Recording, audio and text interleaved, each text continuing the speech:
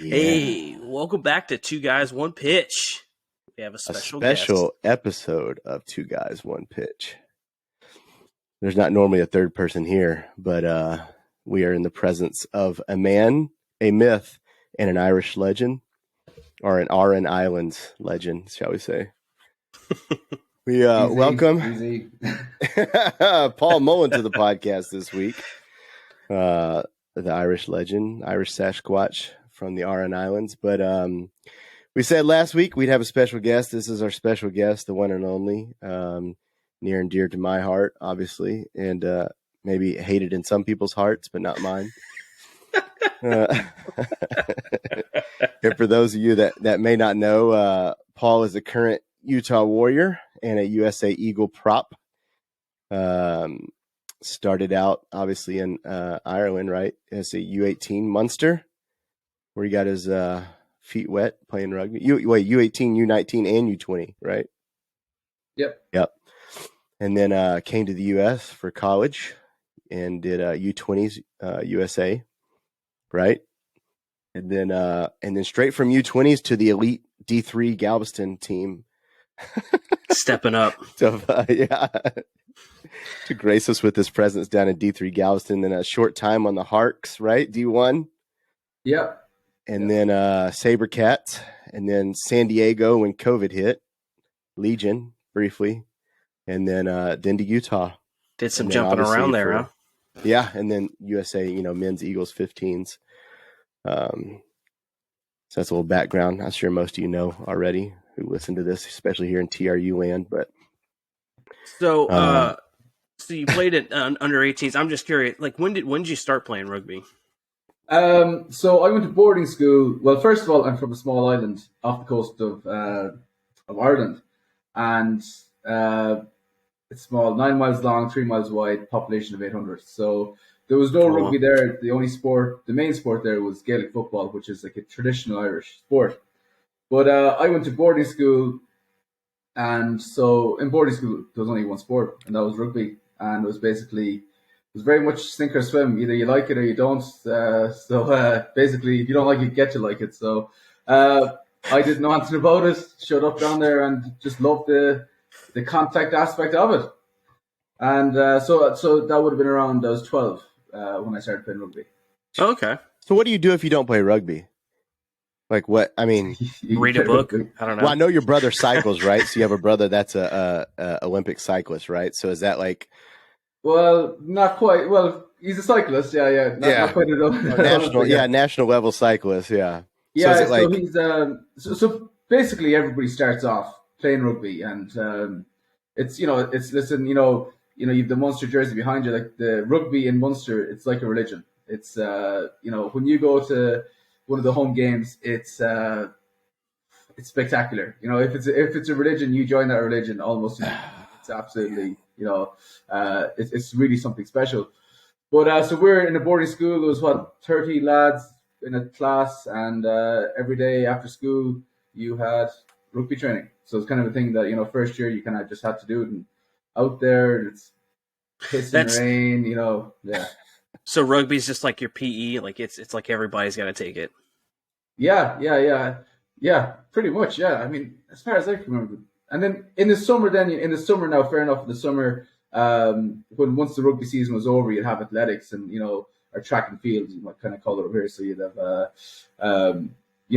running and all these kind of sports. So right. There's always some sort of distraction that if you want to kind of find some sort of distraction from what you're meant to be in school, there was always something there for you. And I was probably pretty good at that. Like, yeah.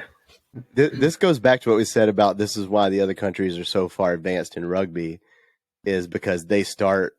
That's like the sport. It's the only sport. Whereas here we have soccer, golf, tennis, all this. It's like football. It's so spread out. Where there it's rugby or that's it, right? Yeah. I mean, it's. Well, at least in the school I was, and granted now different parts of the country you'd have maybe more of an emphasis on Gaelic football or in my fifth year, the way it works in Ireland, high school is 6 years. So I was in my fifth year of high school. When I was 17, I ended up going to a different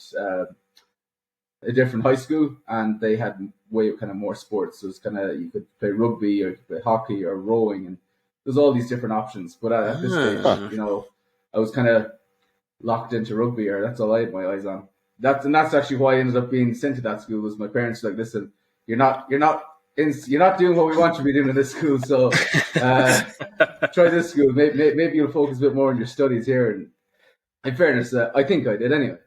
Well, that's what they wanted you to focus on when you came to the U.S., right? Was studies. They didn't want. I mean, obviously, you got your master's, but they were like, like, well, it's a backup. You're not going to be playing rugby forever, so you get the degree to fall back on once rugby's done. But at that level, I mean, it's. Yeah, but I mean, I suppose the thing about it it's like, when you're playing rugby with Galveston. I mean, and listen, I love the rugby team. I love my time in Galveston, but when you're playing Division 3 rugby, it's where you want to be is very far away from where you kind of are, if that makes sense. And I don't mean that, and I don't mean that in a bad way. It's just like I was kind of Jesus, I don't know, how is this plan going to come together, kind of thing. Yeah, it's night and day. Okay, that I started playing rugby obviously the same time Paul did when I was down in Galveston. That's when I started playing rugby. Paul got me into rugby basically. And nobody wanted to line up against Paul in tackling drills, right? Because like it's D3, we're all fucking off and like going like maybe 50%. And Paul's like doesn't know anything besides 100% because of what he comes from. And so it's just like and I can understand Paul's frustration because half the team like doesn't take it seriously. We're all fucking off, like we want to go have drinks, and like Paul comes from like this structured professional. It just came from Munster's, U20 or whatever, and it's like you're dealing with these guys that are just fucking off, and it's got to be frustrating for somebody at that level to play D3 rugby, to try to not get so angry at the guys, to have that team cohesion, but also want to play at such a high level. But that's all you have available on the island, so it's got to be frustrating. Oh, well, you just want to. I mean, you want, like any other team, you want to win. But I'll never forget my first. I went out to watch the Galveston rugby game. It was the first day ever I was down there, whatever it was. And the coach goes to me, "Oh, you want to play rugby?" I was like, "Yeah, that's good." He goes, "Well, can you play 10?" I was like, I don't even play prop in my life, But I was like, why would you want me at 10? All I'm going to do is, anyway, that didn't happen. But it kind of set the tone quite fast.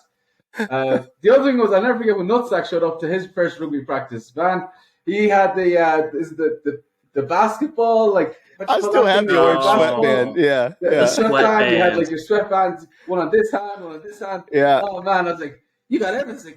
I was like, I've never seen this stuff ever before. But the thing was, like, you knew nothing about it, but you wanted to be part of it, and I guess eventually,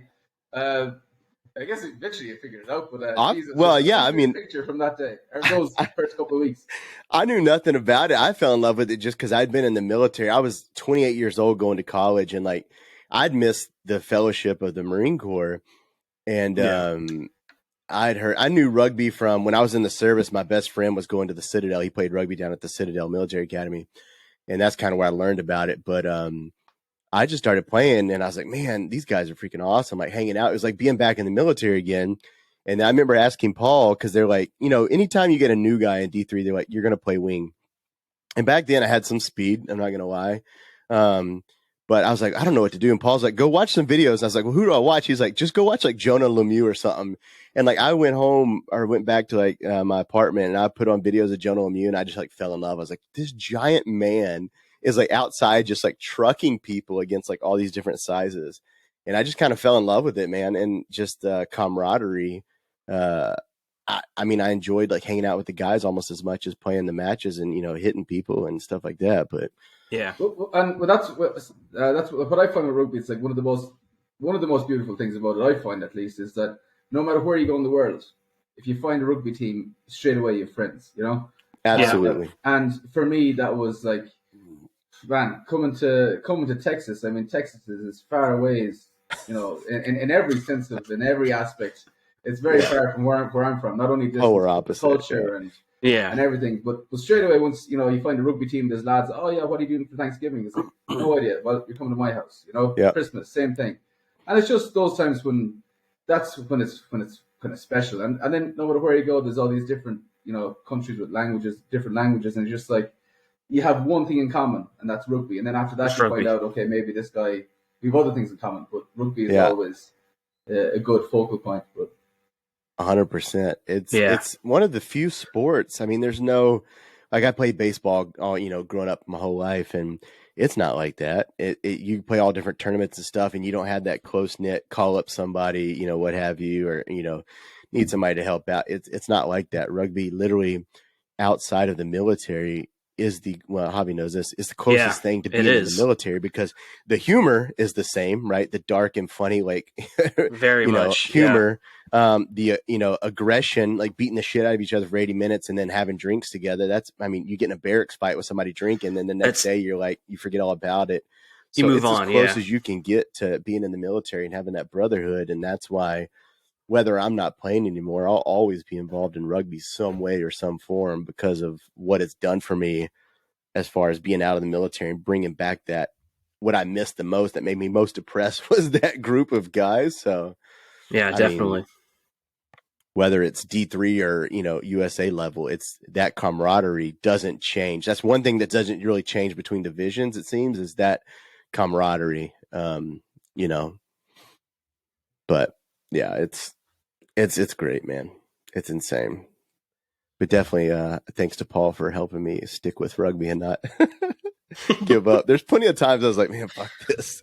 Me and Sunshine would rather go drink or do something else besides, and like, no, let's just keep going.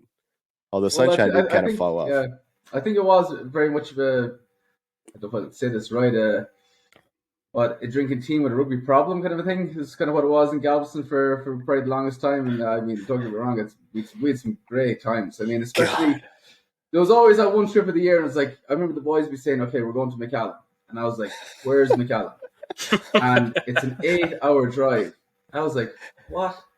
Irishman's first trip to McAllen. Oh my God. So it was an 8-hour drive. So some of the lads would leave at was it 2 or 3 o'clock in the morning, drive down 8 hours, play a rugby game, and then basically hop in the car and drive back that night. No way. You could get a Southwest flight for less than $100 return, and then you'd stay the night down in McAllen. But we did that one those time. Those are always there was always a good time. Always a good game, but always a great time. Yeah. That was the best parties. Travel games are always fun. Oh man, especially staying in the hotels. That was back in the days. Who was it? Panda. I don't know if you remember. Panda was a guy we had on our team that was like the most fragile dude ever, but the biggest heart of all. God, yeah, it was. I talk about it a lot on the podcast, but McAllen was my favorite trips ever. It was just Mexican 6th Street, man. It was just. He talks. He goes. Oh yeah, McAllen. Just great. Yeah, you see him reliving the memories in his eyes. Yeah, I miss McAllen. I think probably the beauty of it was almost like a mini rugby tour, in the sense that when you go to McAllen, most of the guys stayed the night because it's a very long drive back, and then so you're kind of forced to be together, as opposed to if it's a game in Houston, you head up to Houston, you play the game, and you drive back, and hey, we'll see you at training on Tuesday. Yeah. So great times. That's what I miss a lot that Kingwood doesn't do is, a lot of, I don't say a lot, but some teams really don't have that social aspect where in Galveston, it was mandatory after that Thursday practice. You don't shower or anything. You go straight to the Strand and to the bars, and you bar hop all night, and you're with the team all night long. And then you usually end at Murphy's or something. But you're with that team the whole night in whatever you practiced in, just having a blast. And that helped recruit numbers too, because people see how much fun this team's having. Yeah. You're like, man, I want to join that. And it's like, rugby, yeah, I don't care what the sport is. I just want to have fun with you guys. So I do miss that about like the power hour. It was dollar drinks, wasn't it? Power hour at Tsunamis. Ooh. That was that's the reason I went to jail twice, I think. Oh, okay. I had nothing to do with that now. I was not around. No, yeah. I did get arrested one time right outside of Tsunamis, but took power hour outside the bar. Power hour turned into like power 6 hours. Yeah. Well, the funny story about that is I go to the jail and they're booking me in, and one of the sheriffs that's like in booking, and he goes, "Hey, what's up, nutsack?" And I go, "What the fuck? Like, how do you know me?" He's like, "Oh, yeah, everybody knows everybody around here." I was like, "Oh, that's not good." So I literally get out that morning. I think Kim came and bailed me out. That's when I knew she was a keeper. And so, like, I think it was a couple days later, whenever practice was. So I'm heading to practice at the elementary school, Burnett Elementary. I stop at the gas station to get some waters, and I walk out. And as I walk out, there's a Galveston police car parks, and there's two of them get out to go inside. And they're like, "Hey, what's up, nutsack?" And I was like, "I got to get out of this town, man. This ain't good. Like, this is not good." But that's like how the rugby team was down there. It was like so close, and like everybody knew, who Galveston rugby was, and knew. I mean, they still do, obviously, but that's the fun of it. I mean, obviously not getting in trouble, but the camaraderie. Yeah. Does that change though, Paul, as you get like, I mean, I know when you get up to like USA level, the camaraderie is still there, right? I mean, maybe it's a little bit harder because everybody kind of goes their separate ways, like to all different teams, but. Yeah. Well, it's quite interesting, and because it's different, and I read it once before. Adam Jones, I think he's scrum coach for Harlequins now, but he used to be a prop for Wales. And you can have all these like team bonding sessions and all like going through all this kind of sit down and talk to each other. But in terms of camaraderie and getting together, it's hard to be a bit of a piss up, And it's just like you just get to know each other, and then the next day if there's a fitness session, it's like you're just going to give it everything. I'm not saying you're going to give it everything. You're obviously feeling horrific. Yeah. But, it's just everybody's struggling together. But so I think from that aspect, like going up to when I joined Houston and stuff, when I was in the Sabercats in Houston my first year, I was still in college, so I was kind of for me there was a bit of a disconnect with the lads because I was I was almost on a different schedule to them in terms of I would kind of do their stuff, but then I had other college to be worried about while.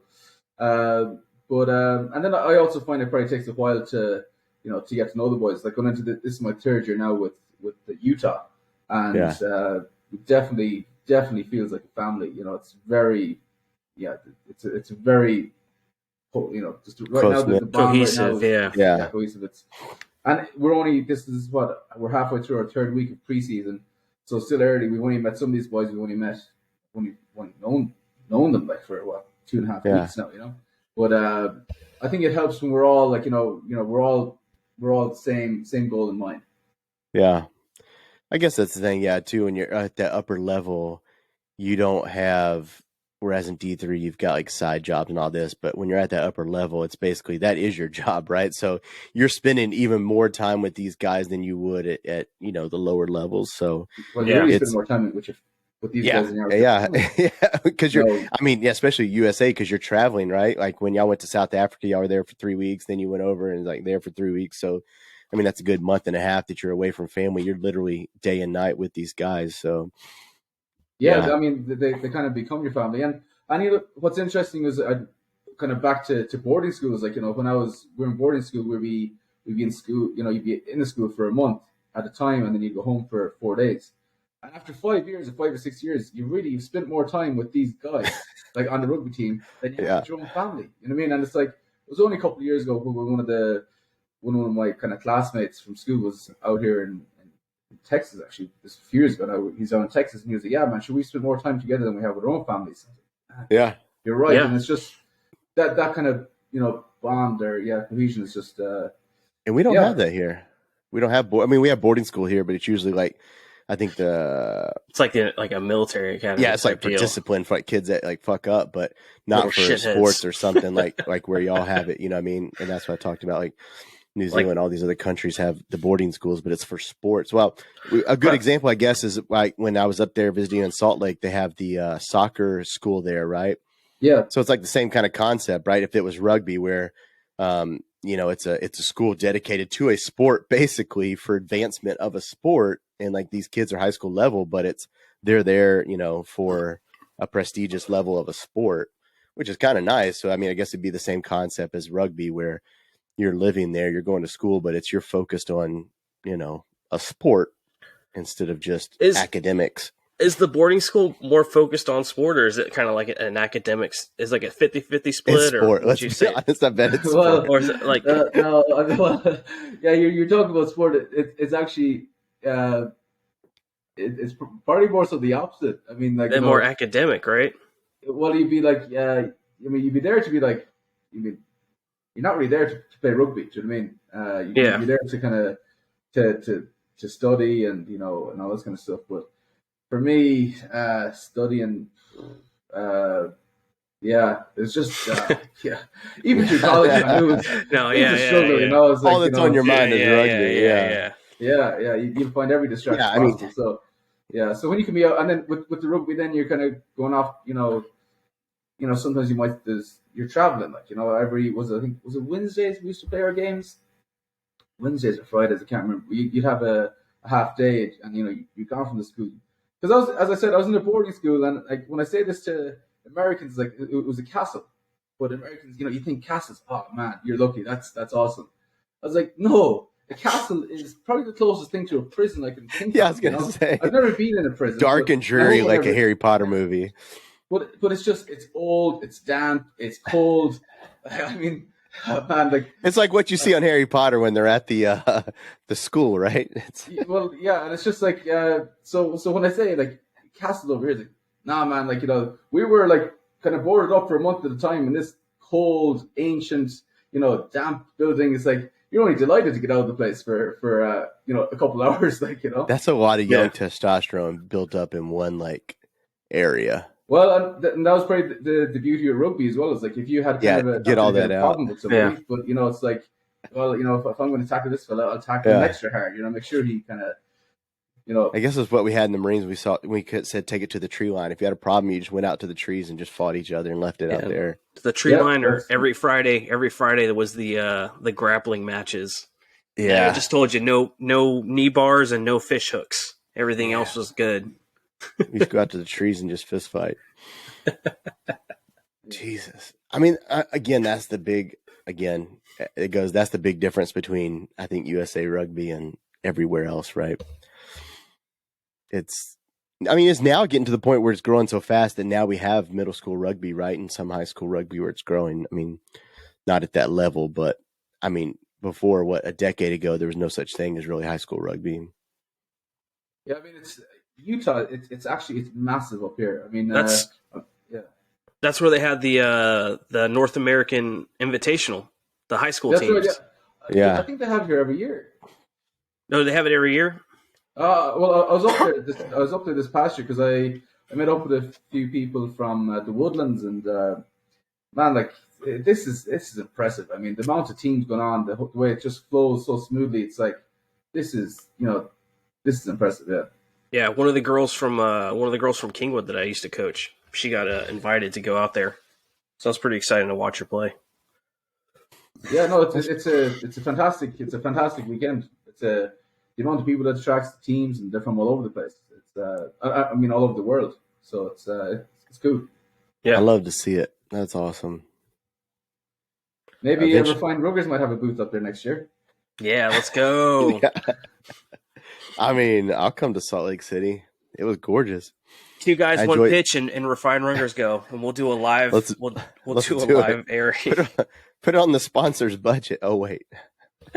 Well, my buddy, you remember my buddy I brought to the match, Bird, who came with me last year? He's like all into it now. That was his first rugby match ever, watching y'all guys play Austin. He's like, now he just like texts me all the time. He's like, man, I love rugby. He's like, when are we going to go back to Salt Lake and watch a match? And I was like, are you paying for the plane ticket?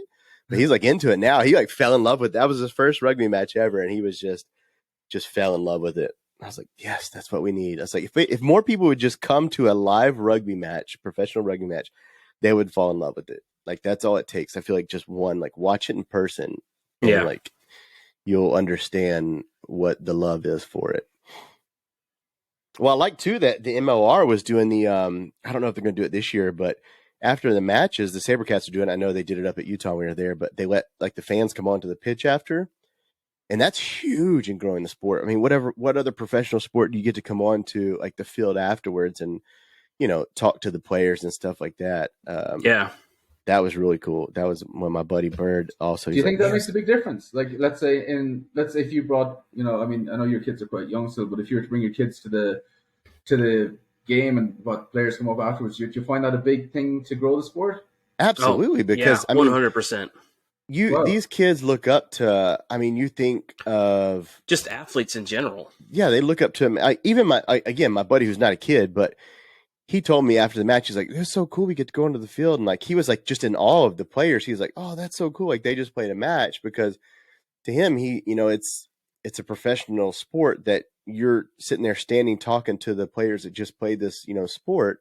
And especially for kids, like I look at it back in the day, if I could have got onto the field and walked around with like Craig Biggio and Jeff Bagwell of the Astros, I would have not been able to sleep for like 6 months, So these kids that come up and love the sport, that's where you grow it, is the youth. That to them is just insane. Like when I go to some of these, like when I was going to the SaberCat matches, like to take the photos and stuff on the sidelines, like seeing the kids be so excited to see like certain players run out, like, when Christian ran out or, stuff like that, like, or Danny Barrett. Or even when, here's a good example. When y'all play the French Barbarians, right? Yeah. And then after y'all went to the locker room, the fans that were there for the French Barbarians were like losing their mind that they were like on the ground being able to take photos with them. It was because I guess, in larger overseas, you don't get that opportunity, right? But they were just going crazy like that they were on the ground for the Eagles and the French Barbarians. So I think that the professional teams do that is, I don't know how much longer they can do it, right? Because if it grows the sport and you get a big audience, you don't want to. But that aspect of it was amazing, I think, for the fan interaction. That's just a huge, huge deal. But no other professional sport does that. No, they either gotta like wait forever and like jump them when they're coming out of the locker rooms, or they go to when they're doing like the open spring camps and stuff, and then they try to like wave them down from the sides. It's impossible. For kids to like come on after a game, like that's awesome. Yeah, but I think like from our point, it's kind of like well, a lot of it's kind of your family or friends are there as well, so you kind of go around to say hi to them as well, So it's like, it's kind of rude if you're just to walk off. But no, I mean, like, listen, I mean, you've seen it here in Utah. I mean, it's the support here is Utah's fan base was insane. Yeah. It was almost like an Astros game. Like really, when we went there for it, the stands were packed. There wasn't. I mean, and people were going crazy compared to a SaberCats game. Like, I'm not trying to knock the SaberCats, obviously, but Utah loves their Warriors and their rugby. I mean, it was crazy. Like kids asking for autographs like it was baseball here in NFL. Really? Yeah, no.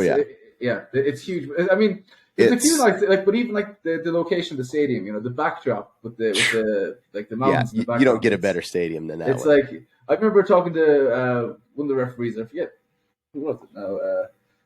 And I was like, we're just standing there, just waiting for the TV to kind of give us the countdown. Like, he's like, and he's just there, just looking at the mountains.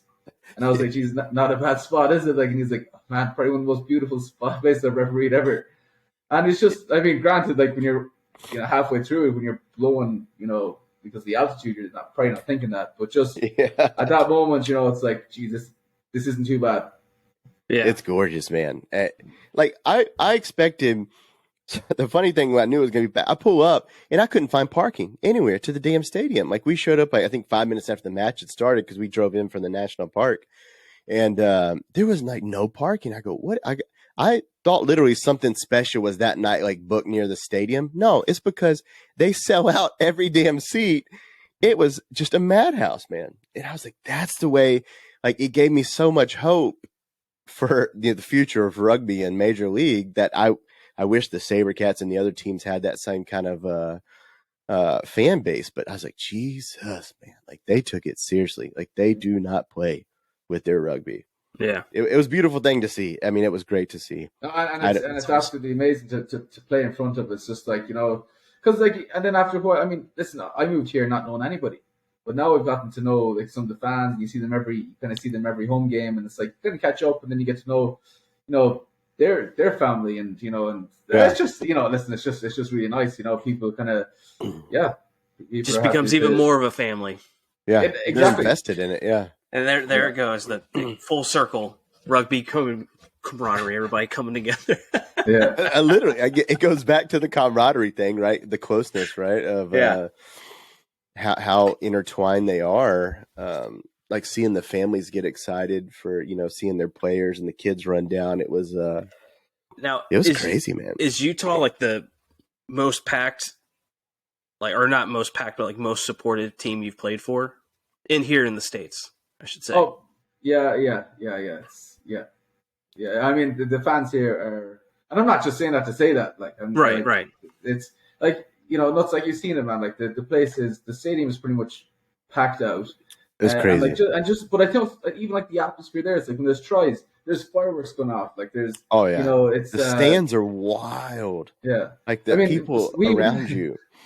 We had, I don't know if we still have, a mascot on a motorbike going around the field. Koa, the Koa, right? Koa's wild. Yeah. But it's just, listen, there's great hype. And then, like, when there's a try scored, there's young lads running around with flags, it's a great day. And what's great, listen, I'm only speaking on Utah. I'm not going to try to compare different teams and stuff. But, we've been through quite a bit in the last kind of 2 years, going to my third year now. And it's just like, even when like things go bad, it's like, they're like, oh, listen, keep your head up. And it's just, we feel bad because we let them down as well, the fans. So it's, just listen, it's a great vibe, and there's a big difference in the mode. Like when you look at, I'm gonna call out MLR fans of SaberCats, but when you look, I guess SaberCats lost, and you look on Facebook or social media, and the fans like posting, doing their armchair like blah blah blah blah blah blah, and I'm going like, because I follow the Warriors, obviously, social media, because of Paul, but they're so uplifting and so like nice spirited, and it's night and day. It's night and day from a culture that gets it right and motivates and is behind their people, whereas just the casual fans just sitting here, it's like a D3 guy talking shit on Facebook. Oh, SaberCat should have done this or blah blah blah, and I'm like, bro, just why not just motivate and lift them up? Like they're going to get enough of the bullshit. I think a big part of it, not to take away from Utah, I think it's also the Polynesian culture, right? I've never met a negative like Polynesian person in the way they live their life. Also, too, the Polynesian culture has really been to rugby, but they're always the happiest, most uplifting people I've ever met, And I think that's also why Seattle has a big following too, is that close to the West Coast, Polynesian culture. But I mean, Utah has the perfect mix for rugby. You won't find a better stadium, a better fan base all around. Not just saying that bias because Paul's on. I mean, I'll tell you straight up if it's not. But man, compared to some of the other matches I've seen and the fan base following on social media, you can't beat it. Yeah. Well, I think if you look at Ollie was telling me, or I'm going to mess up this fact or stat now, but something like if you look at I don't know if they call it SIP anymore with USA Rugby, but in terms of registered players in America, you've like California and Texas, I think are roughly the same amount, and then after that you've Utah. And I mean, when you see the size of Utah in comparison to, or even the population of Utah in comparison to these, so like, and it's just like like there's 4 stripes in the Utah. You probably see it everywhere. We've like on our hats there's a 4 red stripes and our kit, and it's family, tradition, community, and respect. And it's like, so we're out there kind of coaching the kids and stuff. I mean, I'm coaching kids that like these guys, I mean, it's just they're tiny, and I feel like I'm not a very good coach, but you're doing a couple of rugby drills with them anyway. But it's like then all of a sudden, so you're there coaching them, trying to play a rugby game with them, and next thing you're at the game, and they're coming up to, hey Paul, how's it going? And it's like it's really cool. It's really cool when you see this kid. That's awesome. And then it's like, okay, I maybe help this person actually. You made an impact. Yeah, made an impact. Made an impact. Yeah. And we had man. It was last year. We had one kid, and he was always kind of goofing off. Like I was like, man, can you just bear with me for an hour? Like sounds like me when I was a kid. but he really wasn't like, he wasn't very athletic or anything like that. But then once the thing was over, he goes, Paul, I love rugby, and I was like, man, like, you gotta just it hit me because I don't have any kids and don't really do much with kids, but you hear these kind of coaching experiences and people's like, man, you really helped me. It's like this guy was like not athletic at all, and kind of always kind of goofing off, but he loved rugby and he just enjoyed it, and it was like, man, this is it's just nice to hear. So he couldn't wait until he was like, when's the next time we have rugby practice, or what can the mother was asking me, what can we do in the meantime between now and next year? And it's just that's it, So hopefully, if the whole of America was kind of going to be like like that, or will be like that in the next couple of years, where there's I suppose kind of all the MLR teams are doing some outreach or promoting grassroots rugby. I think it'll be a pretty good World Cup.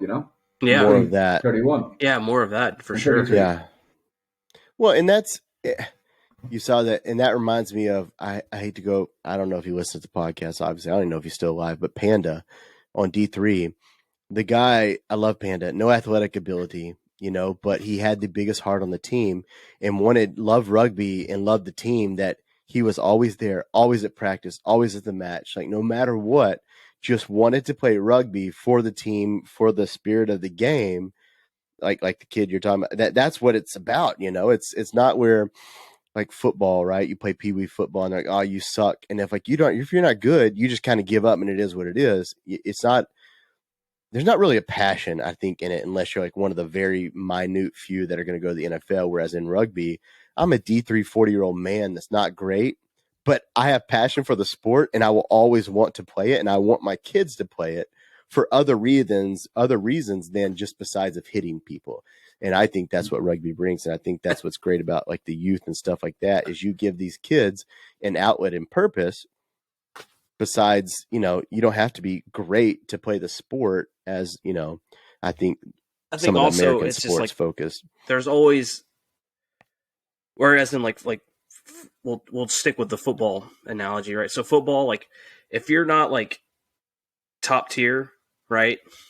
Or like one of the better players on your team to start or make second string, like you're not going to play, and that's just you're just going to practice and that's it.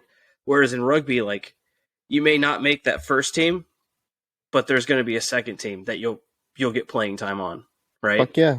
Or if you're not going to make that second, there's a 3. Minutes. Yeah. So there's always like an avenue to play, right? Or there's always like a tier that you can play on, no matter what. And it's not like where you're in a sport just to practice and you're not going to play. Like you're gonna play in rugby. We had a guy at Kingwood last month come out. He was like, I think 40-something years old. And he's like, man, I haven't played in 10 years. He goes, I saw y'all's flyer. And he goes, I just miss it. He goes, I just miss being around the guys and playing rugby. He's like, I don't need to play 80 minutes. He's like, I just want to come out and be around it again. And I was like, you don't get that with any other sport. Nada. There's not one single sport you get that with besides rugby. And it's like, man, I just miss that camaraderie. I miss that group of guys. You just don't get it. I don't know.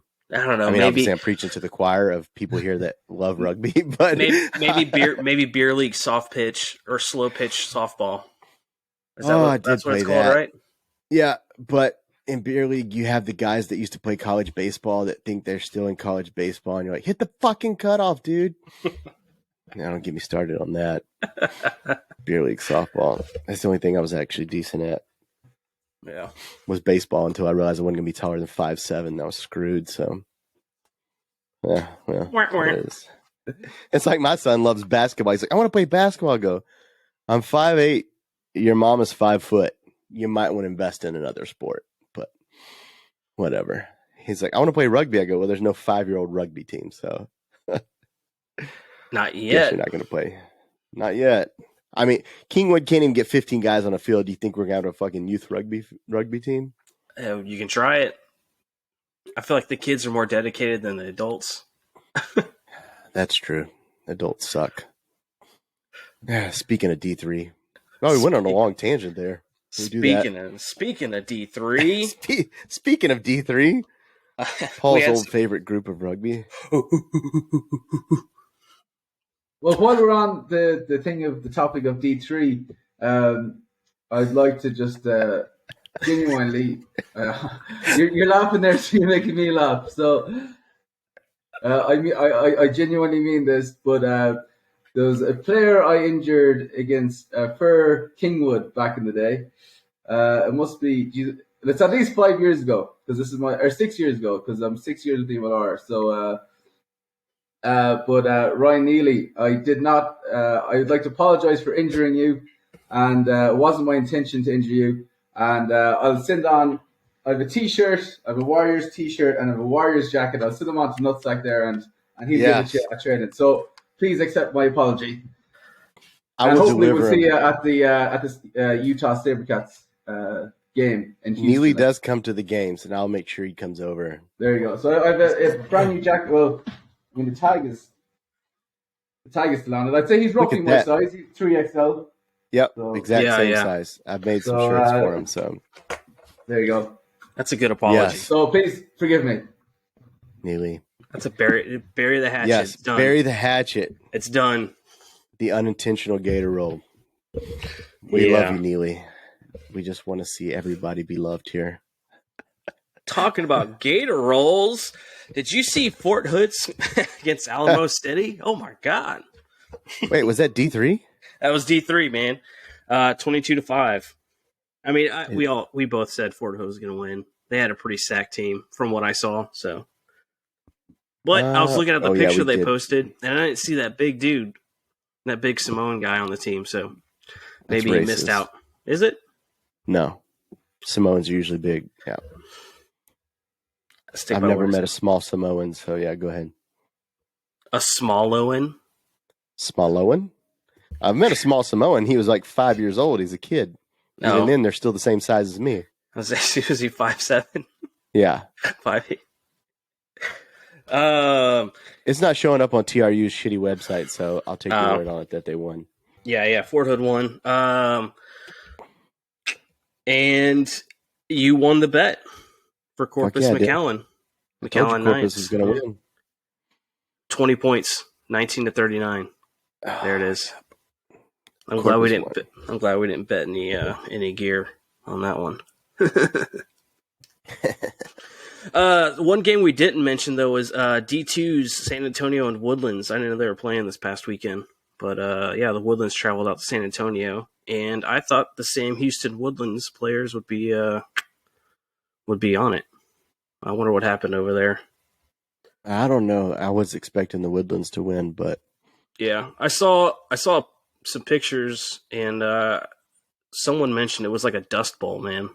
It was a blowout, 53-10. Yeah, but I mean, like it was like the pitch was all dusty. Did you see the pictures? That's no excuse. Oh yeah, I'm not saying it's an excuse. I'm just saying. Sam Houston, is that a men's team now, or is this still a college team? The college team, but a lot of those college guys who graduated went to play for the Woodlands. George did score a try. I'm not surprised. According to the scoreboard, George scored a try. George used to play for Kingwood, then he went and played for Sam, and now he plays for the Woodlands. He's a giant man. He goes, I'm going to take a year off rugby, and then plays for the Woodlands. Yeah. Asshole. Hit him with a sneak attack. Fuck you, George. So, no, D2. So he's playing up, which makes sense because he's a good rugby player. Yeah. He understands the game pretty good, so. An asshole. Yeah, those are the matches that we made bets on. But yeah. We want to do our picks for this weekend. Kingwood plays this weekend. Obviously will not be playing. K Hood versus Bark at Bark. Although, even with the cash, y'all motherfuckers are still trying to get me to play. Hey. Yeah, you want to come in? Come on. Bitch. You can lock, dude. We'll just put you in there. I played over 200 minutes with a broken hand for y'all assholes because you couldn't have 15 people. I'm done. I'm done. I put my surgery off for multiple games just so I could help y'all out. Due to some unfortunate circumstances with this huge storm, I'm not going to be doing a transport from Orange because the guinea pigs that Bailey bought died in the storm. What? Yeah. I guess like the house that it was like staying at, or that we were buying them from, got all fucked up. So I'm not going to be driving out there Saturday. What's that? Do you have a tornado last night down there, dude? The yesterday was came like through Deer Park, an insane storm. Yeah, Deer Park, which is like south of I don't know if you remember Deer Park. It's kind of like Pasadena, yeah, it's where Jimmy Torres works. His plant that he works at is in like Deer Park area. Yeah. It got hit by a tornado. My buddy sent me pictures from like the neighborhood next to him, like fucked up a bunch of houses and stuff. Crazy. Yeah. So that'd be like the plants and refineries, and a tornado goes right through the middle. Well, luckily, I don't think any plants got hit. Yeah. I think it was disaster. Unfortunately, residential, but some people's houses got fucked up. But yeah, that's not very common, is it? Tornadoes down here? No, not at all. I wouldn't. I would say not that far south. One a year, light, small. Yeah. But it's usually like more north, like Huntsville area. Yeah, I would say. Deer Park usually doesn't get hit. This was a rare one. Yeah, that was crazy. But it rained like nonstop. My pool like overflowed. Yeah. I mean, that's minor compared to people like tornado hitting their houses. I guess that's shitty to say, but my pool overflowed. Oh man, rough life. I sound like an asshole for saying that. I realize that now. Yeah. I'm just saying, my pool doesn't normally overflow, so that's how much rain we had. Fuck. So, I'm gonna go give Kingwood a hand.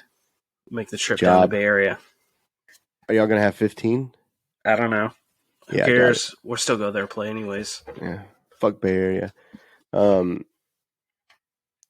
y'all play Shreveport Galveston play. Your guys' old alma mater, if you want to say. I don't know. Yeah, Galveston fucked me last weekend against the Arrows, so I had to hit the Arrows talk shit to me the whole time at the match. And I told them, I said, again, if Galveston had a full squad, it would have been a super close game. It would have been like decided by 3 points. So they can't talk too much crap. But yeah, so Galveston's college kids didn't come back till this past weekend, so they should have a full squad with reserves this weekend. I'm gonna say Shreveport takes it, dude. Fuck you. All right, I'll put you down for Shreveport. Put me down for Shreveport. I'm gonna say Shreveport takes it. Galveston, Paul. Galveston. Not even a question. Yeah, gotta go Galveston. Gotta back my boys, and even though I know there's a few lads in there used to be a few lads in the Shreveport team that I used to know, but yeah, Galveston. Do you still have any old Galveston gear that you rock? I got a couple of things. Yeah, got a couple of. I think a polo shirt upstairs someplace. Yeah. Oh, nice. Yeah. All right. Kingwood versus Bark. Bay Area. I mean, I'm not going to vote against myself. Kingwood, of course. How big of an asshole would I be if I chose Bay Area? Dude, I hope you choose it. Just pick it. Just pick it so I can just talk I can't, man. Shit on Saturday. I'm going to tell everybody, dude, you guys listen to the podcast and hear what Clay said? He said I'm picking Kingwood. I can't go against. Paul, you picking Kingwood or Bay Area? This one hurts. Do it. I'd love for Kingwood to win, but if you want, who do I think might win? Bay Area. Who's gonna win? Yeah. Paul knows more people in Bay Area. We'll just put it that maybe that will be his reason. A handful. That's the thing is like they've got a fairly new team. They don't. Yeah, Terry still plays for them. Obviously, you know Terry. Yeah. But even on the Galveston team, I wouldn't say I know too many people. I mean, there's probably about 5 or 6 people that maybe 8 people I recognize. In the photos. Yeah, the same. Ryan was back prior. Yeah, he took a break for a year. He was there last Saturday playing. Him and Tony were playing. Yeah, Ryan, Tony, Maiko, Fizz. Yeah, Maiko, Kendall, Corbin, Maurice. Do you know Corbin? Maurice is moving. No way. Yeah, Maurice is moving out of state somewhere. Yeah, sad to see him go, man. Yeah, Corbin, Curly, Miguel. Was Miguel playing? Kendall, yeah. Miguel was there. He wasn't playing, though. He's got a hernia or something. Pampa was playing. He's playing center. Yeah. Pampa gained some LBs. I don't want to talk shit, but Pampa put on that dad weight, so... But still a force at center. Wrecking ball, just a wrecking ball up the middle. Absolutely, yes. But yeah, so same crew, but they're number 5 won man of the match last week. He's a rookie, but the dude is like 6'1" or something. He's a beast. Vid told me he has so much potential, like just a freaking force to be reckoned with. A giant. kind of like Bill, almost like you, but they had him at 5. But just he's doing the Maritime Academy there. One of the college kids, young, first time ever playing, but one man of the match, just wrecking shop. So pretty good to see. Yeah. The other D3 is Hurt versus Dallas Rugby. Hurt forfeited their last match, so I don't know if they're gonna. Let's just not count that one. OKC Tribes playing Alliance. That's not going to happen. This field's going to be filleted again. Fuck Alliance. Play. Did you hear about that? No. The Alliance. That was God. So that was a shitty one. Alliance traveled up to play the OKC Crusaders. Oklahoma City. Yeah, Oklahoma City. And their pitch was like flooded, I guess. So they called up the Oklahoma City Tribe, see if they can use their pitch. They're like, yeah. So they go over there to use their pitch. Alliance said, "Oh, this pitch is too it's flooded. We can't play on this." So the Crusaders spent 90 minutes like pushing water brushing off this pitch, water, yeah, to play. The ref is like, "Hey, this pitch is good to play on," and Alliance is like, "No, we can't play on this pitch. It's too dangerous. It's flooded." They spent 90 minutes of trying to make it, like straight bitch move, dude. So what happens there? The Alliance, I'm assuming, forfeited. No, they didn't count it as a forfeit. Yeah, I think they rescheduled or something. I was trying to read. I remember reading TRU's notes about it, but TRU was even like, "What the fuck, man? Like, who does that? Like, how do you spend?" And Alliance tried to come back and say, "Well, our guys had like prior engagements, like they had to leave early." I'm like, "Then why did you have them spend 90 minutes like cleaning?" You knew already if they were going to spend that amount of time clearing the field, your guys weren't going to be able to stay. It was just some shady stuff. Like, where's Alliance? Are they in Dallas area? Yeah, I believe so. North Texas area. Yeah. So what? It's a 3-hour drive at least. Yeah. Uppity assholes. We asked Alliance to come on the podcast and explain their side of the story, but no one's reached out. But probably nobody from Alliance listens to this podcast. So we just continue to call them bitches. I tagged them and stuff on Instagram. So oh, did you really? I ain't scared. I mean, if I let the Arrows talk shit to me about picking against them and deal with them in the comments, I'll deal with anybody. Like the Arrows were polite about it, but they were still talking shit. Like, how could you pick against us? Like, I played for Galveston for like 8 years. How am I not going to pick Galveston? Right.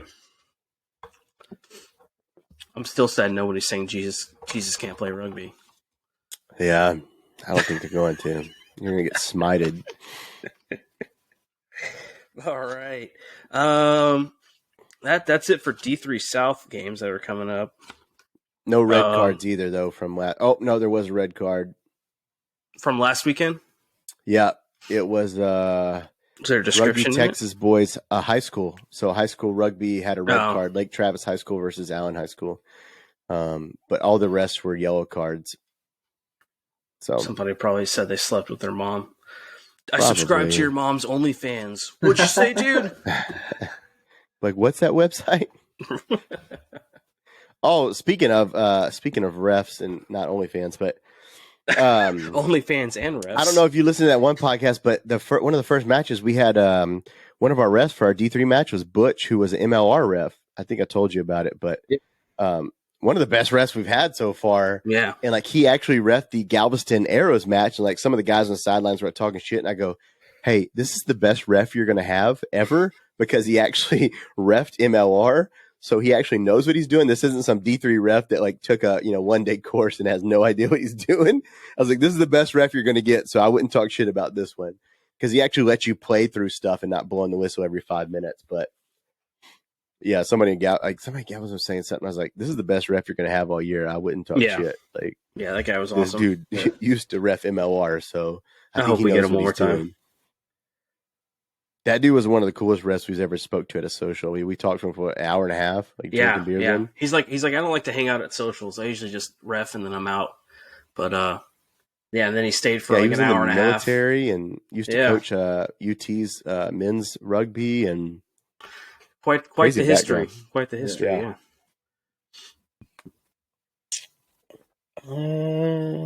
Back to That's club. it for TRU matches. Yeah. Yeah. I do. All right, I gotta know who D1 rugby next week. Rugby HTX or Reds? HTX. HTX. Yep. Reds isn't what you think it is. I'm going with Reds, man. I'm going with Reds again. I wanted. You know what? It's eventually going to hit. Some people love to lose. It's eventually going to hit. That's like betting black and roulette. Of course, it's going to hit. It's just not this week, but it's going to hit eventually. This is D1 though. Didn't the Reds won the national championship a couple of years ago? Didn't they? Yeah, I think so. Yeah, but they just got beat by the Blacks last weekend. Barely, by 1 point. Blacks are always pretty good. You know what? A win's a win, though, I guess, right? Like Yeah. Dom Torino says or whatever. Doesn't matter if you win by an inch or a quarter of a mile. Winning's winning. You watch too much Fast and Furious. Well, I mean, I say HTX because it's the farm team for MLR. That's Yeah. It, but I should say ATX because Sal's a hooker on it. The guy who played for us down in Corpus for a little bit for the Sevens by the Sea tournament. That's right. Yeah, that dude was cool. But Padre. Did Padre still play for Corpus? Padre? No, they used to call him Padre. He was a priest. He was a Catholic priest, and I know what you're talking about. I was like, they used to always call him Padre. He's like, who's Padre? And then after socials, like, he's a priest, and I was like, he used to play rugby, prof as well, I think. I don't remember his name. Padre. Yeah, I'm not sure. I'll have to ask one of the Corpus guys. It was just one of those things that kind of sticks out. I mean, I've never played against. There's certain, I suppose, professions that you meet some very interesting people in Division 3 rugby, and playing against a priest was. I mean, you're not lying. That's up there. That's up there. Yeah, a lot of random professions. Yeah. Speaking of farm teams, who's the Warriors farm team? They have a couple of them, right? Yeah, I'd say it's just the local clubs here. So I have a bunch of local clubs. Well, this past year they had I was gone. I was in Dubai at the time, but they had called the Crossroads Cup. Yeah, they had like four teams, right? Play each other? Yeah. So 14 kind of north. I remember south, seeing it on the Instagram. And so, like, supposedly that was a massive success, and the teams played against each other, and some of the boys from the Warriors played on those teams as well. And then, shit. So then you got to kind of see, and a couple of guys got picked up from it. So I mean, damn. That's a massive success. I mean, that's good to have that right there in your backyard. Yeah, I mean, maybe who knows? Maybe other MLR teams will be doing something similar next year. Yeah, the Chicago Glizzies did something like that, didn't they? They took they put two teams against each other, and then they just kind of combined them together. Chicago is the LA Austin team. It was like a West Coast, Third Coast tournament, and they just combined both players or something like that. I don't know. Yeah. I said this on the podcast before, Paul, but I was like, I feel bad for the Chicago or for the guys that went from LA to Chicago, because could you imagine living in the beautiful weather of LA to having to play rugby in Chicago now? That is the biggest change of beautiful weather, sunshine, always 70 degrees to just cold ass, windy temperatures of Chicago open air stadium. Yeah. That's rough. But I think they're training in a bubble. No, the stadium. Well, training in a bubble medium, but the stadium they play in is open. Is there a such thing as an indoor rugby stadium? No, I don't think. You have indoor training like they have up in Salt Lake, but I mean, some of the big stadiums might be indoors that have the open roofs. Isn't it like it's Principality Stadium in Wales now? But I think it was one time the roof was closed and they let the fireworks off, and it was just like, that just wasn't smart altogether. Yeah, everybody's smoking out. This is years back. No, there must be. The party isn't too many. No. No, I don't think there's. But I was like, man, going from LA to Chicago is just. Yeah, that's rough. Well, our first game is February 17th, I believe. Yeah. That's away to San Diego, and then the second game the following week is Dallas at home. So, I mean, that's end of February. You're going to be here in Salt Lake City. It's snowing now. Yeah. So, y'all play Chicago in March 5th. Yeah. Just I thought last year a lot of our games were kind of a lot of lot of our home games were towards the end of the season when it was warmer up here, as opposed to kind of still in winter when there's snow. Make the away games. Yeah. Yeah. I don't know why it's.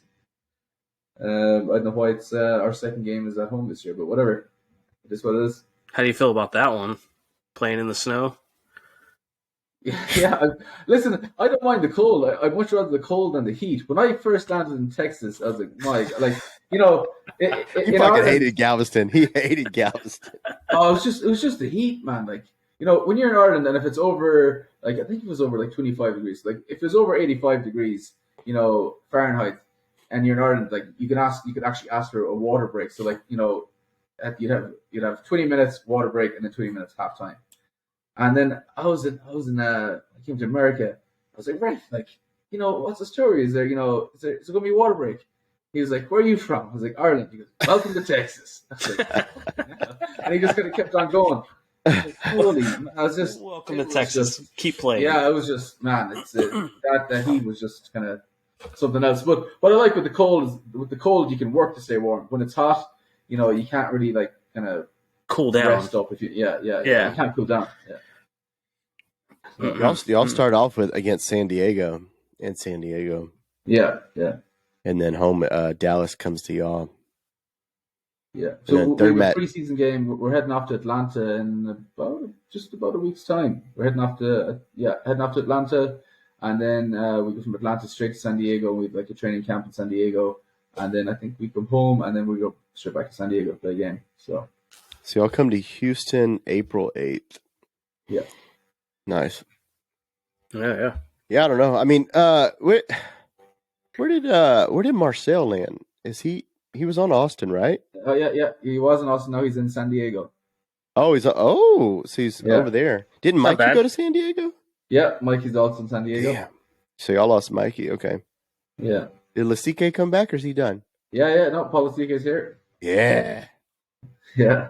Yeah, that's the guy for the Warriors right there, Lasike. He is the guy. That's the wrecking ball. That dude's a beast. That dude has the biggest thighs I've ever seen in my life. Jesus Christ. Lasike is a beast, man. Uh-huh. Yeah, Chicago. So Chicago is made up of LA mostly and Austin, right?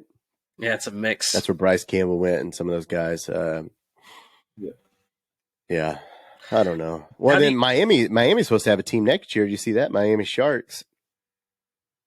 I don't know. The only reason me and Javier wanted Miami to have a team is because we both agreed that LA had the greatest looking colors for an MLR team, the neon like pink and blues we loved.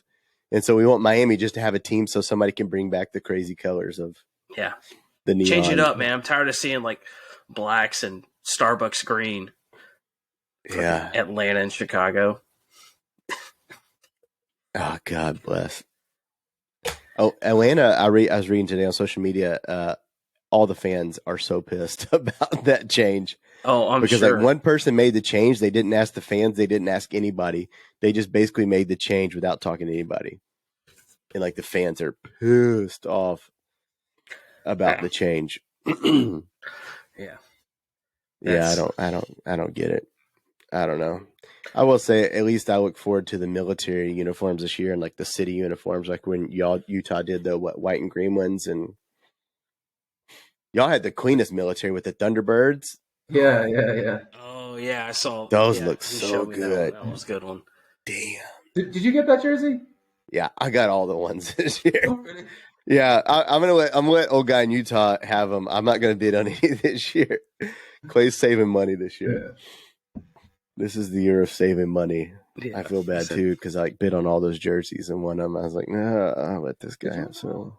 Yeah, all of them. Mike he's like Mike's an Irish guy.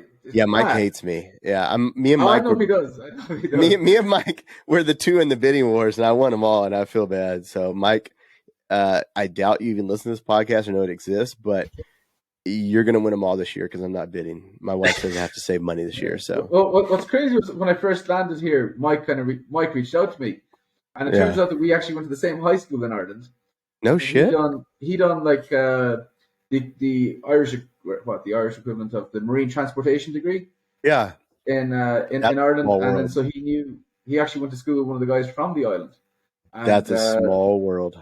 Yeah. So, but no, he's moved up to Halifax, Nova Scotia. So Oh, Jesus Christ. That's a big haven't seen change. in a while, but out there Shit. by the coast. All right, well then maybe I will bid this year, Mike, since you're not going to be there. But well, each week I was putting up a different jersey, so I put each week the different ones that I had won and had on the YouTube video. But Mike was like the Warriors super fan, man. Like, oh no, I saw his picture. Like he had this man cave with every single like Utah Warrior memorabilia you could own. Really? Yeah, like the biggest super fan. Yeah, we made the semifinals. Is the conference semifinals, the Western semifinals? That was the year LA won. So what 20 whatever you said? What year though? 2020? No, 2021. Yeah, and Mike couldn't. He's like he'd come to all the games. He flew out when we went to SoFi. We played LA in SoFi. He flew out there, and he just couldn't make the semifinal. And but he got all the Warriors gear that he had, and he kind of hung it outside on his garage door. And that's the photo I saw. Yeah, and, even like some of like the Warriors stuff, man, like that's like the towel from like the first Warriors game ever. And I mean, there was just like it's spectacular. So like it was the number one Warriors fan by a country mile. Yeah. Again, that goes back to the Warriors community up there. It's insane. That's amazing. Yeah. You won't have that for the SaberCats here, but maybe someday. I'm hoping, someday. Yeah. I think. I mean, they did just get 3 props from New Zealand, so that'll bring in some people that just hear the word New Zealand. We won't go back on that 45-minute tangent I did of out-of-country players, but yeah, I don't know if you listened to that podcast, but I went on a 45-minute long rant of bringing out-of-country people instead of building up people in the United States. But yeah. Not homegrown, but at least like they can be from New Zealand, but at least like went to college here or something, spent some time instead of just like sniping from overseas, Yeah. Well, I think ultimately what you want is, I mean, sorry. You want to mix. No. Yeah. we could go down there, but no. What you we want already did one podcast of that tangent, but yeah. No. If somebody could just help out the local community, develop the local community, the local rugby community, I mean, that's really what you're really asking for, isn't it? Yeah. Regardless if they're from overseas or whatever it is, as long as they help out grow the game. Yeah. You're winning. Because you want to go to the matches, you want to see local boys and stuff like that. But for sure. I won't open that can of worms. No, we won't open that can of worms. No, it'll start up. There's a lot of worms to be open there. You did have a question though from Ollie, right? You wanted to ask So I did have Paul. a question. I was reaching out to some people. I was like, "Hey, if you had a question to ask a US Eagle, what would you ask them?" And this is from Oliver Russell. He plays at Marian University currently, and his question was, "What was your path to become an Eagle?" And what does the training and prep look like for a USA Test match or a World Cup match? Well, okay. Well, my pathway was not the most direct pathway, but so I think nowadays, like now that you have the MLR, it's kind of like what you want to be. What my thinking would be is like this. It's like perfect example. Like here in Utah, we got a guy there, Jesse, and he's from California, and he heard about the Crossroads Cup that we had here in Utah. I'm not trying to make everything Utah based because there's always going to be something similar or the equivalent in each MLR kind of city. But he heard about the Crossroads Cup. He came out, played in the Crossroads Cup, and then he got picked up by the Warriors. Same thing. We have a prop to Takashi. He's from New Zealand. He was out here visiting his sister. He heard about the Crossroads Cup. He said he'd play in it, and now he got picked up by the Warriors. He's born in America, so he's USA eligible. He's a domestic player. So it's like, I suppose the kind of what the pathway is, if you can play rugby in college, and then even if you don't go to college, play with the local, get spotted by the local farm team or something like that. Right. And then down there's the rugby HTX, and up here maybe you play in the Crossroads Cup, you get picked up by an MLR team, and then you play well in the MLR, you you're going to get spotted and hopefully called into the Eagles. Go ahead. No, I was gonna say you get picked up, and it's like just something familiar to you was who was the other prop? Angus, right? Yeah. On your team that just got called up at the not last minute, but got called up to the Eagles. Just put your work in. He, from college got drafted to the Warriors, right? Played Warriors, played prop, with you, and then got called up at the not last minute, but called up to the World Cup qualifier. So, but yeah, Yeah. go ahead. Yeah. So I mean, I suppose, yeah, but I mean, now it's like kind of the MLR is kind of the MLR is a great opportunity to kind of to get spotted, to get called up to the Eagles. But then, so the question about, let's say, I don't know, a week leading up to a test match. So usually what we'd have is, uh, let's just say, I don't know what's the easiest, but when we play the French Barbarians in Houston, or every week is almost the same. So Monday you'll have install, and that's basically, you'll have probably a good few meetings of, okay, listen, here's where we see the weaknesses or opportunities against this team. So, and then we're going to install like the lineouts and the plays and that kind of stuff. Tuesday will be, geez, I'm going to get this wrong now. Watch this. Tuesday will be fast day. Wednesday would be kind of contact day. Thursday off. Friday captain's run. Games Saturday, and then Sunday you travel to the next country or destination, wherever you're going. That's kind of the typical week for us. Here in Utah, it's pretty much the same. We have Monday is kind of even though it's preseason, kind of an install day. Tuesday would be attack. Wednesday off. Thursday defense. Friday captain's run or game. Yeah. Saturday game, and then Sunday travel. Y'all watch tape though too, right? Do y'all watch tape of previous matches, like a football game, like football players do? You watch previous matches or something like that?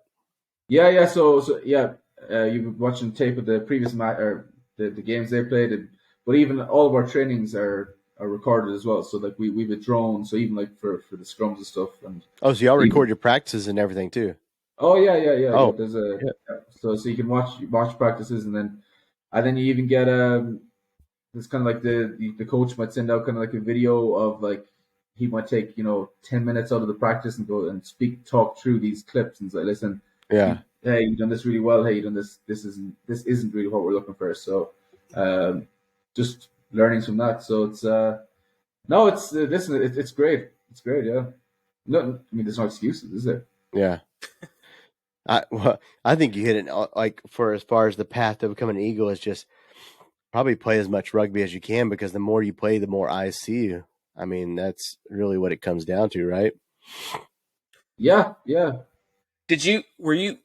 So you played your American rugby start off was with Galveston, right?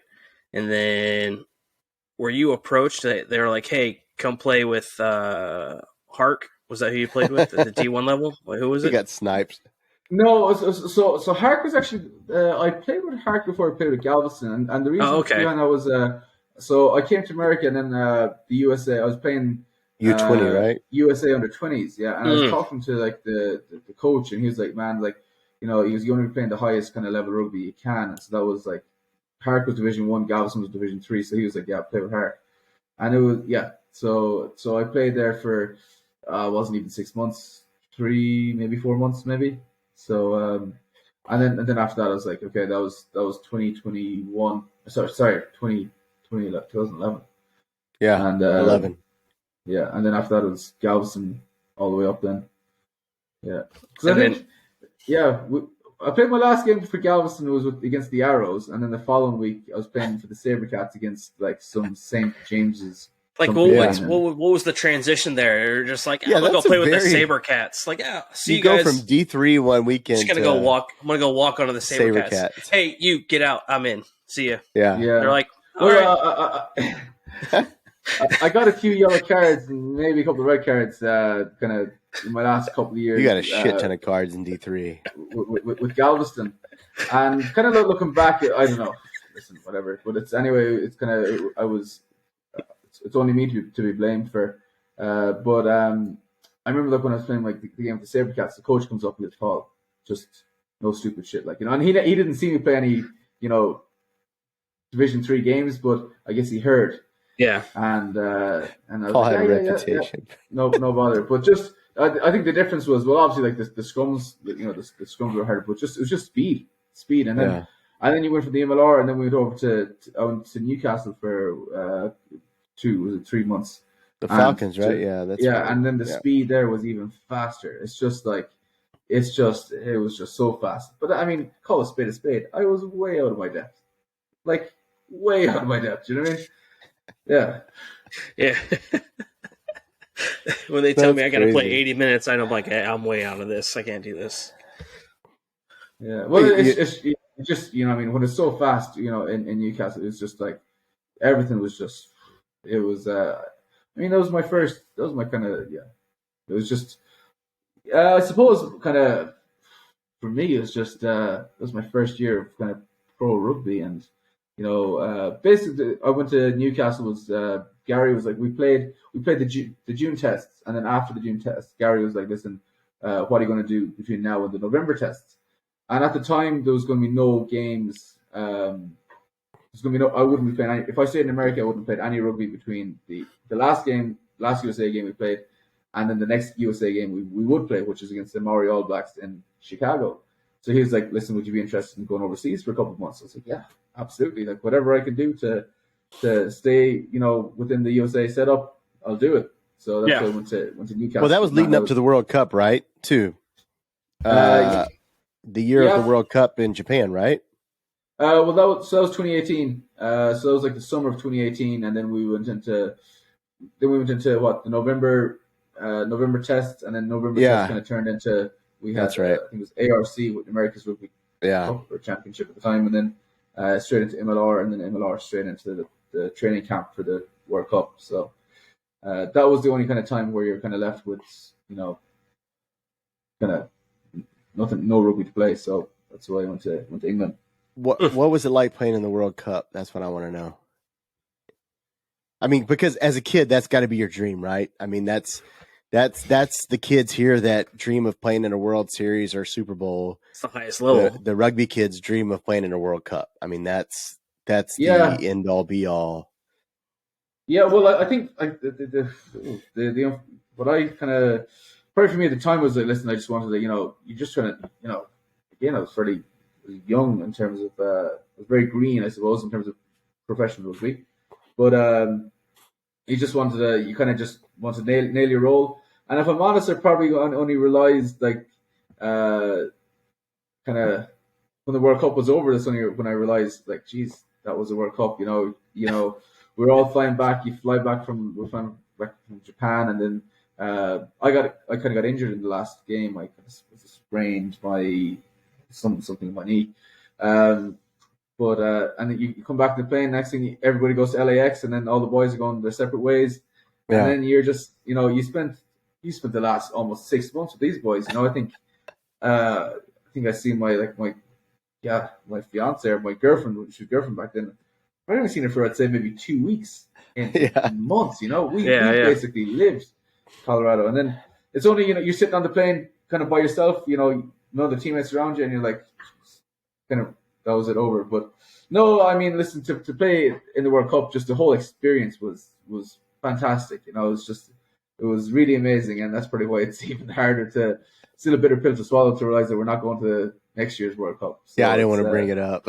No, I mean, listen, it is what it is. It's hard to kind of accept, but well, you know. It's tough because unlike professional sports here, so if you're in the NFL or you're in baseball, if you don't make the World Series, they say, well, I don't want to say, they always say, well, there's next year.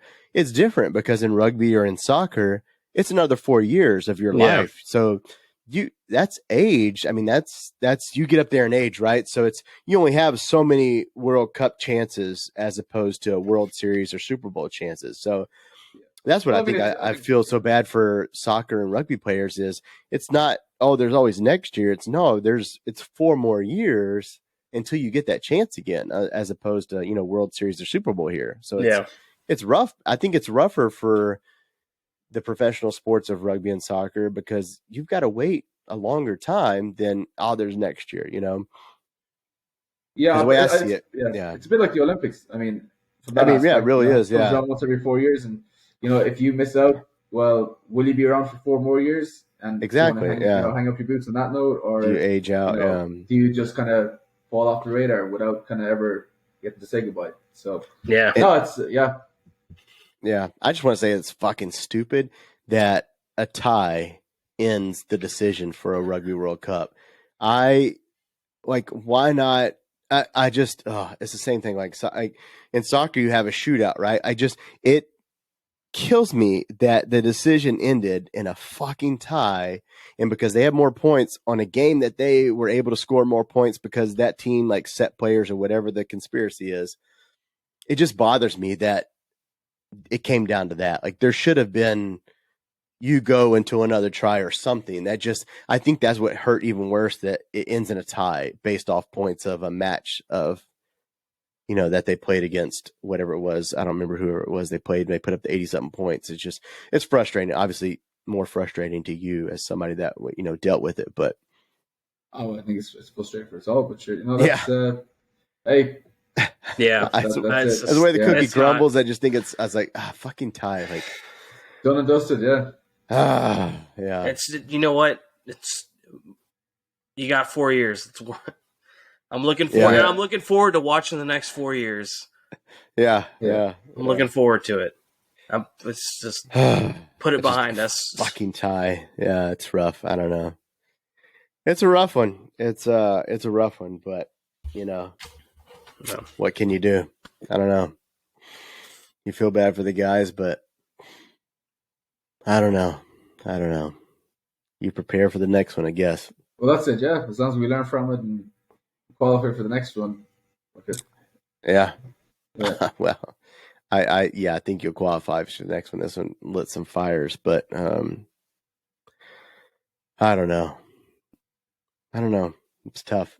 I just don't like the tie thing. Tie just bothers me. I don't know. It's an American thing. I don't know. There's no tie. Like, what they say, Super Bowl just wouldn't end in a tie. Ties are like kissing your cousin. I don't know how that works. You kiss a girl, but it's your cousin. It's your cousin. Yeah. Fucking. Oh, fuck them. I don't know. It's frustrating, but yeah. I don't know. I think focusing on MLR, I think Utah's got a great chance. I don't know. Yeah. How are you feeling about this came close season? last year, obviously, but. Yeah. Listen, we're well, I say we. I'm very excited for this for the upcoming season. A lot of changes. Do you know what I mean? In Utah, we've a new coach, new S&C, a lot of new players. But yeah, and this is the last year on my contract in Utah as well. So it's like, listen, it's kind of now or never. Yeah, you want to go out with a bang on this one. Yep. Well, or hopefully maybe they'll want to resign me after it. But it's just like, yeah, listen, it's definitely, there's a fantastic vibe. Like, and it, kind of coming back to the whole camaraderie thing, we talked about at the start, was like some of our, we got some tough, like very tough kind of trainings. It's preseason, so it's always, it's tough. But on a Friday, it's like effed up Friday. And we're just going through these circuits, and man, you are just absolutely blowing. But then, but it's great. It's just keep bringing the camaraderie. Again, you've boys that you've only known for a couple of weeks, and you're pushing them, they're pushing you, and then once you get the circuit done, it's like, okay, great. But it's very excited. I think we're all very excited for this year. So hopefully we can get it done. Yeah. Less heart attack matches this year. A lot of y'all's wins last year were down to the last damn minute, and I remember like texting Paul after. I was like, Jesus Christ, man! Like, what was a heart attack? Like, I'm glad y'all won, but like, good Lord, I think y'all set the record for the most like last minute wins. I mean, it was like, I appreciate it because it wasn't blowouts, but it was like it always came down the last couple minutes. Y'all held on. I think that was great. Y'all keep that up this year of not falling apart in the last minute, but. Whew. That's it. It was a couple of years ago with a lot of last minute game wins. Yeah. Last year we kind of had a lot. We're close in the last minute. Didn't pull it off. So it's just hopefully this year. Hopefully there won't be as many last minute stuff, because Jesus, it's not easy. I don't see that. Keeps it exciting. Yeah, keeps it exciting. That's what it does. Well, yeah, keeps the fans on the edge of their seats. It's better than a blowout. I loved it. I mean, you have to watch the whole freaking time. Yeah. I was like, oh my god. I don't know. Yeah, it'd be interesting to see. I'm excited that y'all brought up some young guys, some local guys from the cup or whatever you called it, the series. Crossroads Cup. Yeah, that's awesome. Yeah, well, it's good too again, this goes back to my thing of it's good for having local people on the team, right? It grows the fan base, and I'm sure it boosts morale too. Yeah, that's a team camaraderie for local people. I mean, I think that goes a long way. I think it really does as far as cohesion and stuff like that. Everybody's got the same mentality. If you're from the same area, same, mindset. Yeah, well, I mean, let's say like me when I first showed up here in Utah. I mean, like, who did I know here? I didn't know anybody. Yeah. Mike was a season ticket holder anyway, but I got to know Mike because we had some common with Irish. Like, let's say you have, I don't know, Tom here. That's a local fella. He gets picked up by the Warriors or any MLR team. He's bringing his whole family, his cousins, his friends. Yeah. That's 20 people right there. It's like, there's almost no comparison. At least I don't know. It might be, unless it's a big name signing. It's I don't know. All Black or something like that might attract a few more people, but yeah. Well, who was it? San Diego. Somebody got the retired All Black. Retired All Black. Yeah. Was it San Diego? I know San Diego had the center that was an All Black, but somebody picked up this year All Black Sevens player. But I think, y'all's team cohesion and that mentality you said is going to be a huge difference maker this year. Yeah, well, especially because I think teams like Chicago are going to struggle. Not struggle because of the talent, but I think because of what they've formed out of. You know what I mean? You'll have a lot of players from the teams that are together, like Bryce and all them. But I think y'all's cohesion is hard to beat. That determination is going to be. It's going to be tough to beat that. It really is. Yeah. Well, listen, it's only. I don't want to come across if I'm too excited. It's we're about 10 days. I'm fucking excited. No, we're maybe 17 days into our preseason or into the whole season. Yeah. So there's still a long way to go yet, and anything can happen. But no, it's at the moment we're putting in some hard work, and I'm extremely excited for the season. Yeah, I'm excited. The only other thing I think I'm excited about is Hanko coming to Houston, but that I like Hanko Hammerside, but I think that helps Houston big time. But I don't know. We'll see how that plays out. I think obviously Hanko and Christian and CC, all played together on the USA team, so Kenny they're gonna have that that connection. And then Gary's back, their winger. I've never seen it. I'll tell you. I tell everybody this, but when I was at that match taking pictures, I forget what match it was. It was a penalty kick, and Jerry, the winger, lines up. I think from outside the 50 and boots the damn ball. I was like, I've never seen anything like that in my life. That kid can kick the damn ball further than I've ever seen anybody. It was impressive to me. That's one of the most impressive things I've seen. But they added Hanko, so that's going to be for me personally, just from a personal rugby standpoint, I like watching him play. So when I'm on the sidelines, I think I'll be taking quite a few pictures and be excited about watching Hanko play. But I'm excited about that. I think he's also a refined rugby supporter as well. He is. I'll add him to the honorable mention of ambassador. Yeah. He did dig the hat a game one when I picked him up from the airport. So super nice guy. He's getting married soon, building his land out in Nebraska. Never would have striked him for a Nebraska, building a farm out in Nebraska guy, but I think that's home. I mean, But Nebraska is like the American home, I suppose. Yeah. Well, at least he's closer, I think, being in Houston than LA, but definitely cheaper to live here than LA. Huh? Yeah. He's got his big truck. Yeah, that's right. That's right. He's got his big truck. I'd say he's only delighted to have the Texas gas prices. Yeah, no shit. Living in LA from Houston's a huge change in price. So yeah, no, I'm excited. He's coming back, and I think Danny Barrett's coming back. So they've got Houston's gonna have a good crew.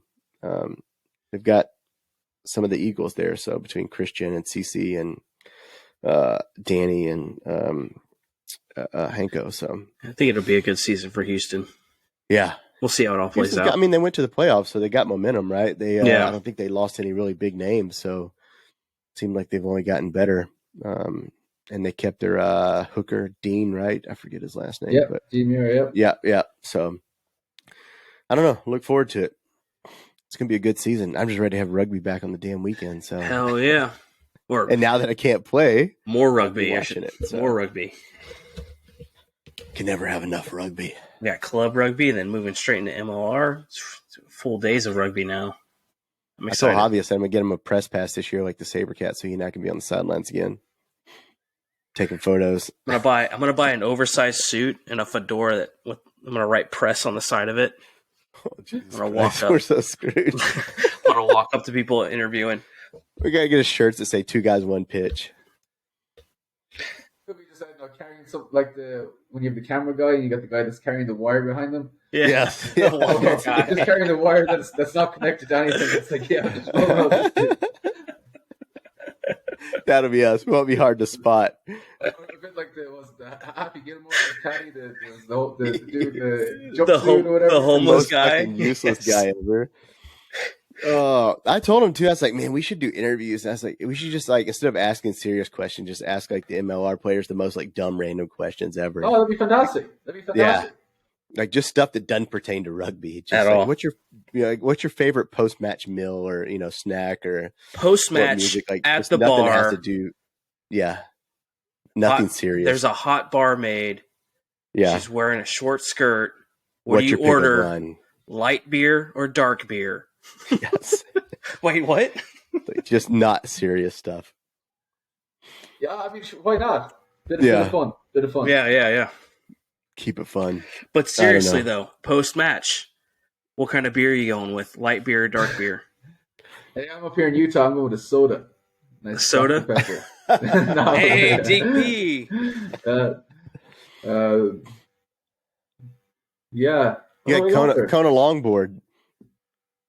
Yeah, sometimes, to be honest, after a game, I'm always just like, might have a beer, not too often. I'm usually just can't stop sweating for ages. So. Yeah. What was that after social place we went to after the match? That was a nice place. They had a 2-story place right by the pitch. Oh, Redemption. Yeah. That place is good. I like that place. Yeah. Good little spot. Yeah. That was a good place. Well, I think that about right. We went over time, but fuck it. I mean, when you have Paul Mullen on your podcast, when you got a Utah Warrior on the podcast, there is no time limit. Thanks for having me on, and thanks to the fine lads at Refined Ruggers. Yes, for the gear. And again, Neely, I apologise for injuring you, and I'll get this stuff to Nutsack. I'll give you a training one of these days. Look at that double I'll bring apology it to Neely to the match. All right. I appreciate it, Paul. Yeah, thank you, Paul, for coming on. It's good meeting you. As always, thank you, and we look forward to seeing the Warriors win the championship this year. I'll call it Hopefully. now. I'm calling it. Calling it? Calling it. What are you putting on it? I'll put $200 worth of Refined Ruggers swag. Whoa! That's a lot of hats. I mean, I have to cheer for Refined Ruggers' first and only ambassador here. There we go. There you hear it, folks. I've got a lot of faith. Utah Warriors wins. What's the website again? RefinedRuggers.com? Yeah, something like that. Yep. RefinedRuggers.com. Find them on Instagram. Refined Ruggers. Yep. There you go. All right. Well, thank you, Paul, for coming on, and that wraps us up. So we'll see you cocksuckers later. Buenas noches, pendejos.